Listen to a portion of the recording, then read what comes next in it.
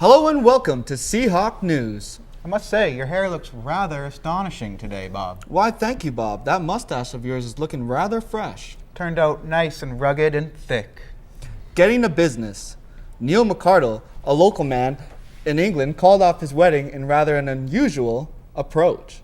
The day of the wedding, Neil called the church from a payphone across the street, stating that there was a bomb threat in the church and everyone must evacuate. It turns out he had failed to actually book a hall for the wedding and in cover tried calling it off to avoid embarrassment. We spoke to Neil about the incident and in response, Neil had to say, "I wasn't even sure I wanted to get married." That's some explosive news, Bob. I bet you wish you had thought of that back before Vanessa. Oh, Vanessa. In other news, 31-year-old school teacher Travis Leesom was fired, allegedly for providing a pretty swell time for a handful of his high school chemistry students, possibly on several glittery occasions. Leesom was caught spray tan-handed in the process of taking several students out to Ladies Strip, a local bar of the nude variety, on a field trip. We managed to obtain a simple quote from the now unemployed teacher. "It was his 18th birthday. I didn't see the problem with some tits and tots." Elegant words from an elegant man. And now to sports with Nolan. Your stashes are golden. I love it. Okay, to sports. Leafs lost, Habs won, French fans setting shit on fire. Nobody really cares. I know. Okay. Colorado Avalanche goalie Semyon Varlamov was arrested for domestic violence and kidnapping of his girlfriend.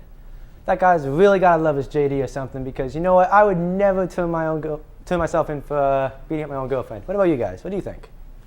I'm not going back to jail. I've been to jail 2 times. 3 times for me. That's what I thought. That's almost as messed up as the one time me and Tim Tebow went out partying. And you know what? For a guy who's all about God, he can really throw back shot for shot. Back to the Bobs. Guys, we're on. And now we hit it to the streets with our reporter, Jay Prince.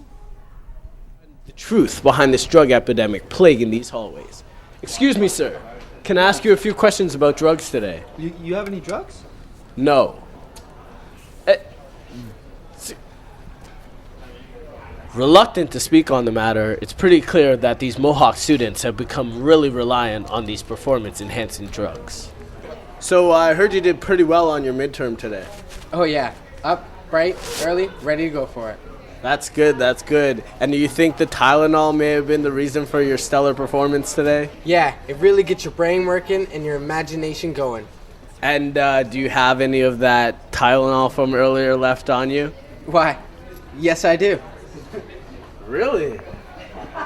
Does this stuff actually work? Yeah, it really gets your brain working and your imagination going. Know what I'm saying? Oh, I definitely know what you're saying.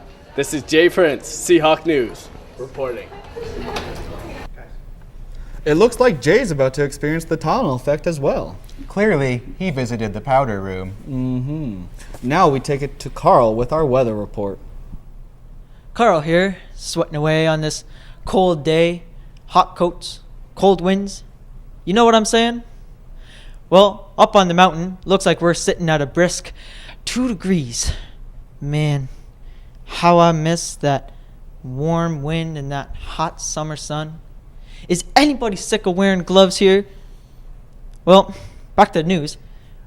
We're looking at a mighty cold few weeks with a temperature of minus 21.125692 degrees. I wonder if squirrels will freeze. Man, I gotta get a new hat. Well, anyway, back to you, Bob. And Bob. And that's that for today, folks. This is Bob Blinkerson, And Bob Billington. Seahawk News, bringing you what you can use.